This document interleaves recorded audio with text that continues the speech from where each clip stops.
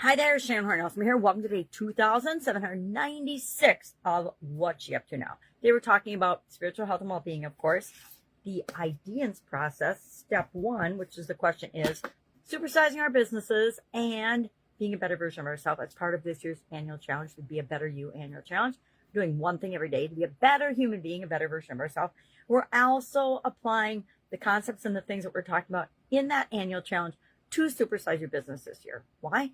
Because the older I get, the more I want to simplify and streamline how I do things, and everything we talk about that make us a better human being can be applied to our businesses, because our businesses are living, breathing, changing all the time entities, just like we are as human beings. Not exactly, but because there's a whole bunch of human beings coming together to impact that. Not just one person in charge making the decisions and the choices, a whole bunch of them usually.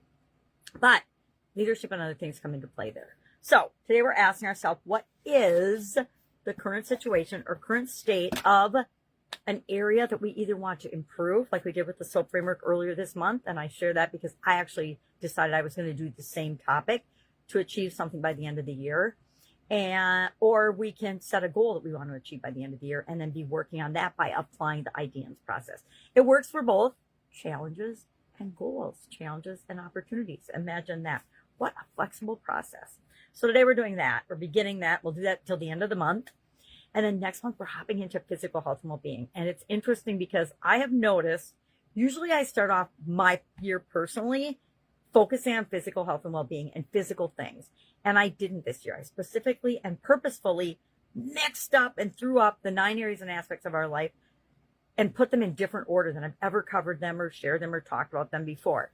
Because I focus personally and in the annual challenge, and I've done it for a couple of years now, 1 month on each of the 9 areas of the life framework: physical, mental, emotional, spiritual, financial, relationships, contribution, communication, and confidence. I added in 2021 following some coaching I was getting and the pandemic, because I like to have things that I know move the needle dramatically or knock down all those dominoes when I do them. I know if I improve my communication, if I improve my confidence, those areas positively impact every other area and aspect of that life framework, which is why I added them to mine.